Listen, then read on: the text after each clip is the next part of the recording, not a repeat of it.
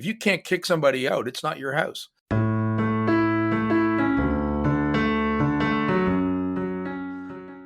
Hello and welcome to the next episode of Beneath the Law. I'm Gavin Ty here with my good friend and buddy Stephen Teal. Stephen, how you doing? I'm doing great, Gavin. A little bit rainy here in the 6. But it is July. But we'll survive. Camping season in Canada. It's been camping season for quite some time here in Canada. Yeah, it certainly is. We live in a very interesting time of protest and discontent on a number of issues. And of course, nothing is more Canadian than marshmallows at the campfire by your tent. And we've had a few of those happening in and around the GTA and in fact all across Canada, particularly university campuses across Canada, where the latest form of expression seems to be to squat, for lack of a better word, on property owned by universities. Yes, and the protests, they're pro-Palestinian protesters, let's call it for what it is.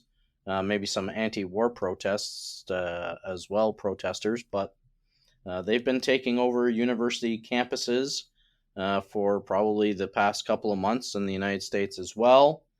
We've seen what's happened in the U.S. with respect to police going in. But in Canada, we do the peaceful thing and actually have these matters dealt with through a court very effectively and efficiently. Well, efficiently might be, some people might argue about that. I mean, I think there's almost in the GTA, in the Toronto area, there's two major universities, actually three, but two major ones are York University in the north and University of Toronto in the south.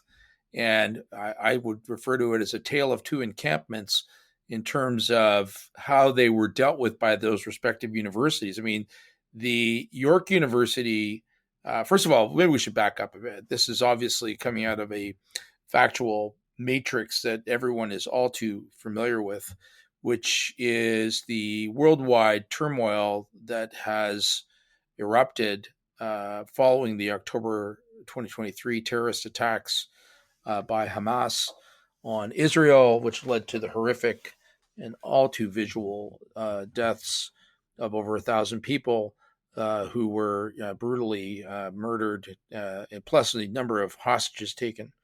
That resulted in a completely unsurprising reaction and retaliation by Israel, which involved attacks on the Gaza area, basically in an effort to uproot the Hamas leadership and machine. Hamas have been governing that area for some time. And in response, of course, nobody likes to see that. Nobody likes to see war and the obvious casualties of war, and I think particularly so in this instance. And in response, numerous pro-Palestinian protests have erupted worldwide, frankly. Anti-war protests, including at the university campuses here in Canada and the United States. And as you mentioned, there have been a number of injunctions. But the tale of two encampments in the Toronto area, I think, is quite interesting from a legal perspective. And I get the question all the time. It's like, how did York University manage to get rid of those people, like literally overnight? They never took root, if you will, on the York campus.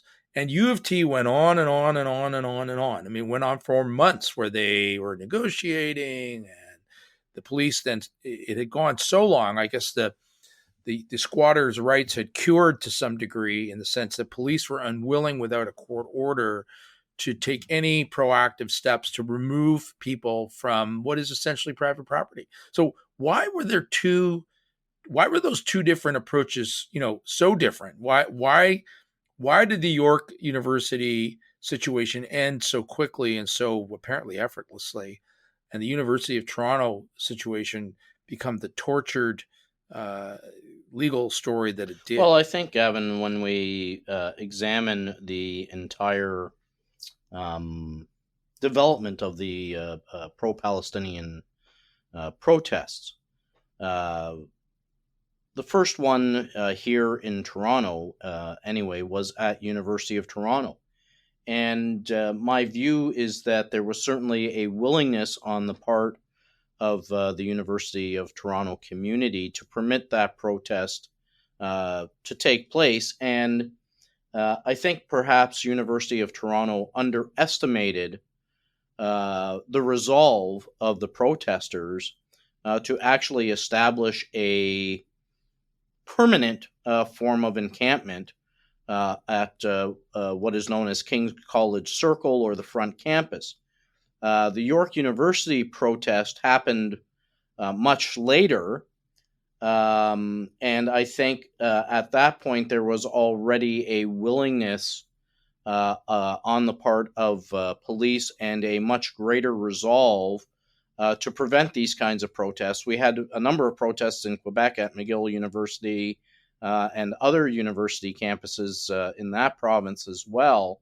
And court applications had been started there to get injunctions. They failed. And so what York University did was they quickly issued a notice of trespass under the trespass legislation before that encampment was really able to form.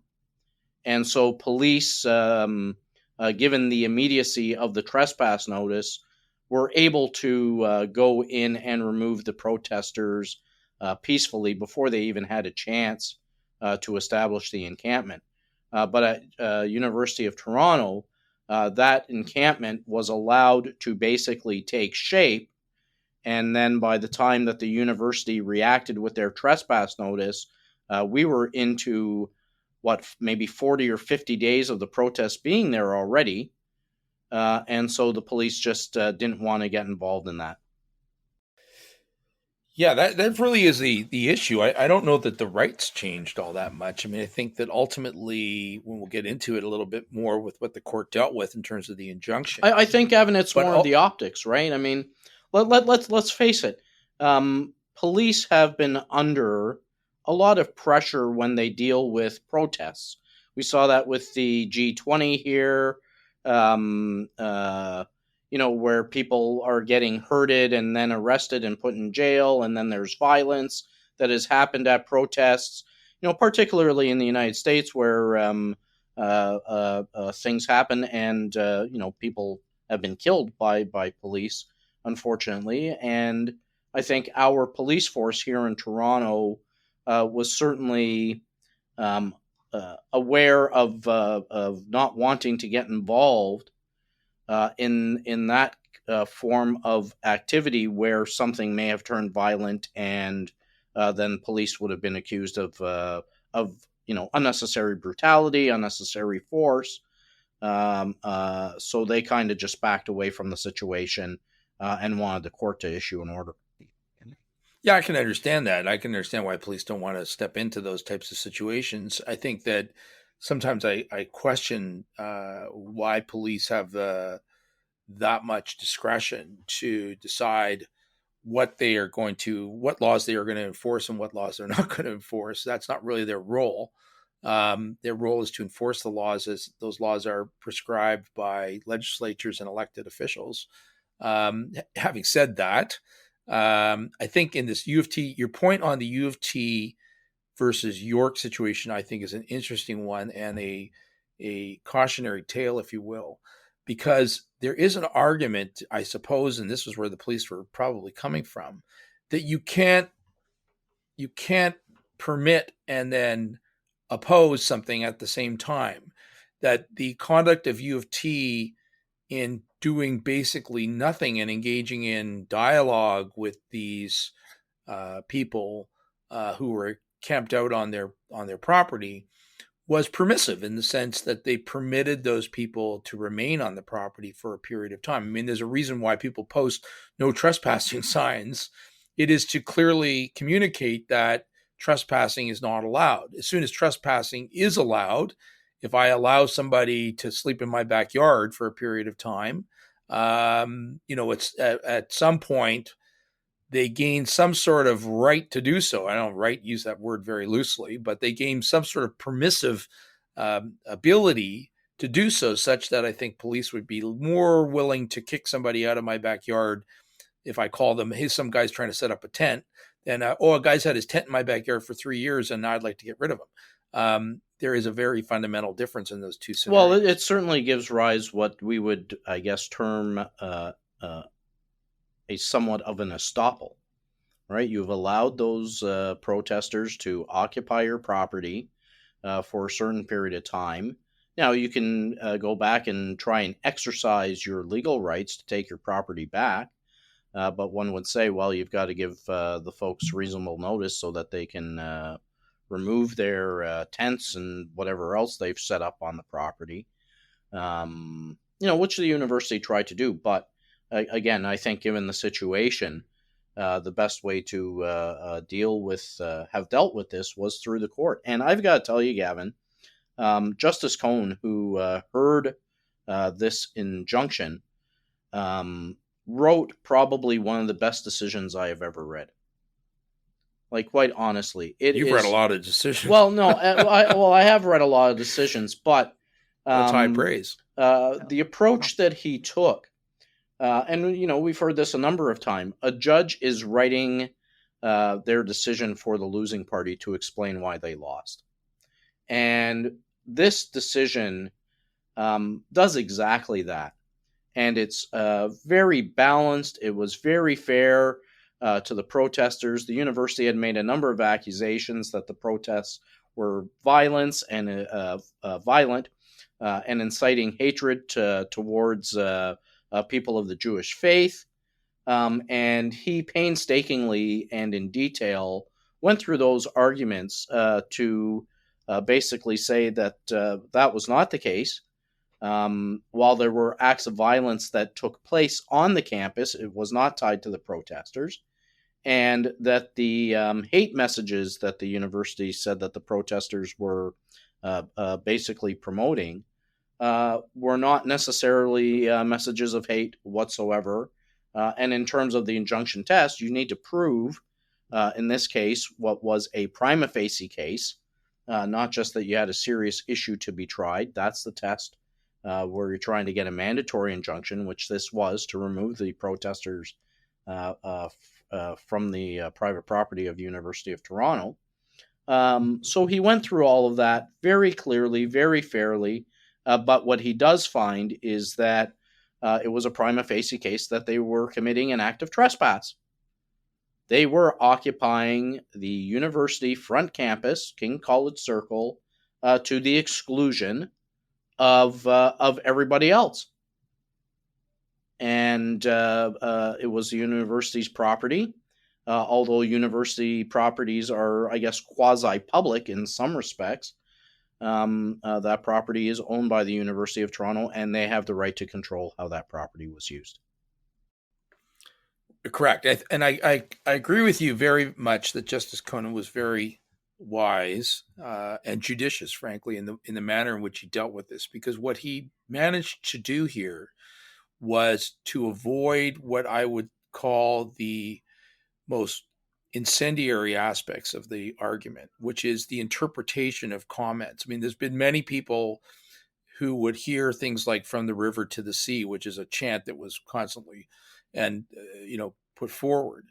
And many people would hear that as being incredibly anti-Semitic. What they hear in those words is that calls for the destruction of the state of Israel, which is a call for war on Jewish people, and that they would hear as anti-Semitic. He didn't have to go there. He knew that. I mean, I think that you can interpret those comments in many ways. Other people would say, no, that's not what we're saying. We're saying we just want rights for Palestinian people living in that area geographically. I mean, hate isn't often in the ears of the beholder to some extent, but he didn't go there. He didn't deal with that. He dealt with what I will call the antiseptic notion of property rights, which is to say that there's a fundamental element of any property right, and I would say the critical element of property rights is the ability to exclude someone else from your property. If you can't stop someone from living in your house, then owning your house isn't very worthwhile. No, you're absolutely correct. And look, the protesters had in their view, a legitimate concern with respect to the way that universities invest, foundation monies that they get. I guess some of these investments are in companies that, support war efforts, certainly in Israel. And that was, I guess, the primary concern of the protesters, that they wanted the university to change their investment policies. The university is concerned, one, about the use of their property. No doubt there's damage being done to their property, and there's potential reputational loss to the university, which is what the university argued. Now, what's really great about this decision, and I've looked at other decisions, Gavin, dealing with injunctions, particularly out of the Freedom Convoy protest and the Windsor Bridge protest that shut that down. And the court said very much the same thing in that case as Justice Conan did here, is that the charter right to freedom of expression can't hide behind a trespass. So if you have a trespass, the charter right doesn't apply. And that's very clear in this judgment. And what Justice Conan does or did was he really set out a roadmap to everybody else, because there were all these other protests going on at university campuses. And, within days of his decision regarding the University of Toronto protest, all the other campings disappeared, because the university said, yeah, this is a trespass right. We're going to sue you, protesters, and you can't hide behind the charter under freedom of expression. And all of a sudden, all these protests have disappeared at all these other university campuses as well. And so that's why this is really a great decision. Yeah, I don't think anyone would have envisioned that camping would be considered expression. But there you go. I mean, the issue is protest freedom of expression. I think you talk about the antiseptic way to untie the knot. Justice Conan was particularly clever there, I thought, because he actually got them on what many would consider a technicality, is that you've got to give a notice if you've got a charter question to the Crown, and they didn't do that. They didn't give a notice of constitutional question. So they didn't comply with the requirement to make the challenge in the first place. And then he said, but even if they had, the charter did not provide protection for trespass, you don't have it's not part of your freedom of expression to, like I say, camp out in someone's backyard.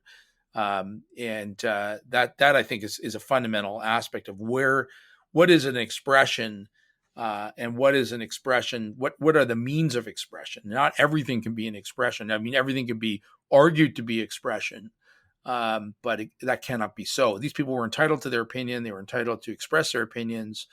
They were entitled to protest. They were entitled to do those things. They just weren't entitled to camp out on private property 24/7 to the exclusion of everybody else. That's not an expression. Right. And look, and again, Justice Conan goes through it in his decision, how the protesters had actually set up a gate, basically, with a table, a registration table, that anybody who wanted to use the front campus of the University of Toronto had to check in with somebody. They would then be interviewed. They had to provide information and why they wanted to use the front of the campus. And essentially, if they didn't agree with the protesters, they weren't allowed entry onto that circle of lands. So just so that we can give a picture to the listener, the front campus of the University of Toronto is a circle, and it's essentially probably as long, a little bit longer than a Canadian football field, and that's longer than an American football field. 10 yards longer, plus the end zones, and it's has a wide area for of a sideline. So it's a big area of the campus, which you would use as a student. You would sit there for breakfast, or friends just to sit around and use that area. And it's a tourist attraction because of where it sits within the surrounding buildings. Convocation Hall is there. Their convocation building, a library, a medical building, and some other buildings. So, a very picturesque part of the University of Toronto campus. Yeah, I mean, I think that, as you know, it strikes me that the irony of the argument that they have a right to protest and camp out on this ground because they have a right to express their opinion, and the irony of that was that they had then taken over the jurisdiction to exclude others from expressing their opinion on that same property.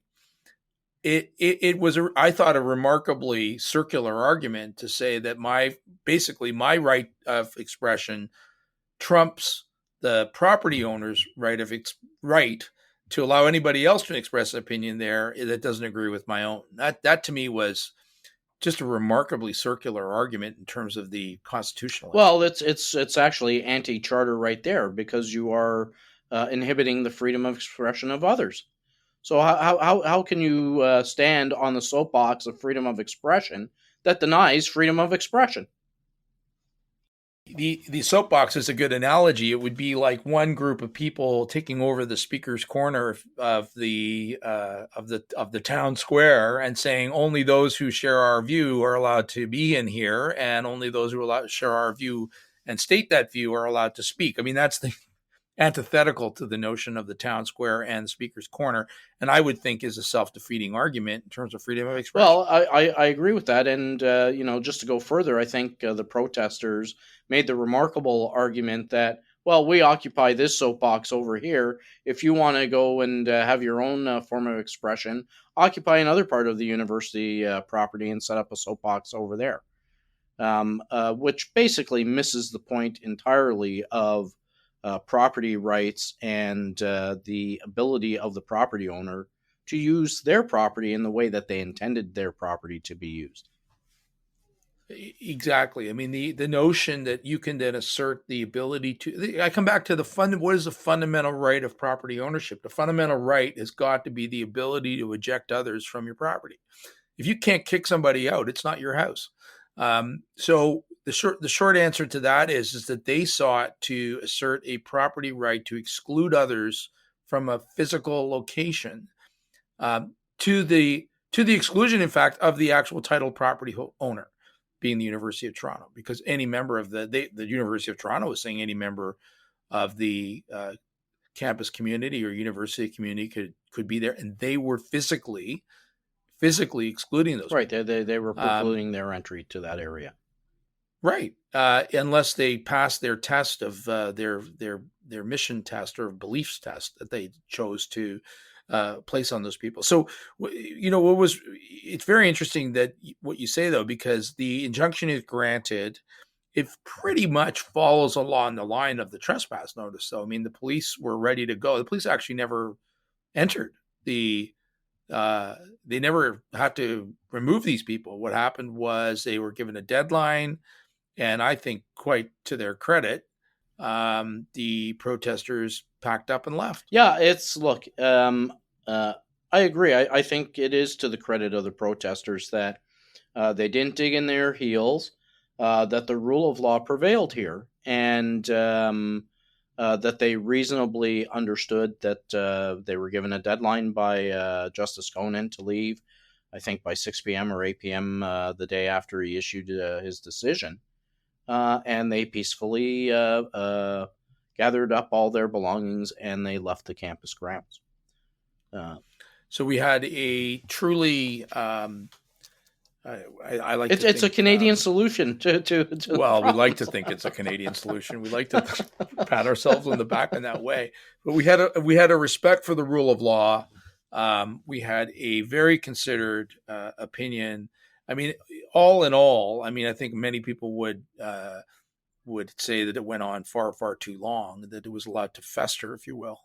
But it did end rather peacefully. It did end in accordance with, as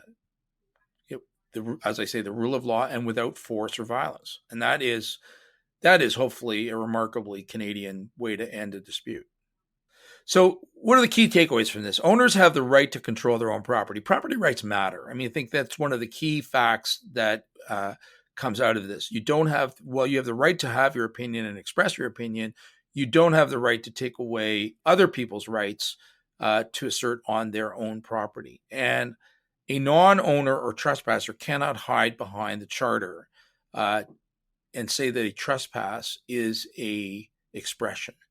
Courts will not apply the charter to protect the conduct of a criminal act.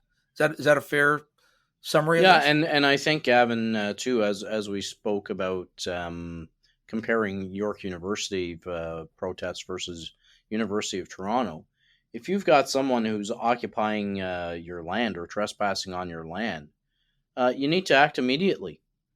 Don't let it fester. Don't allow that trespasser to occupy a portion of the property for days on end and allow them to basically set up.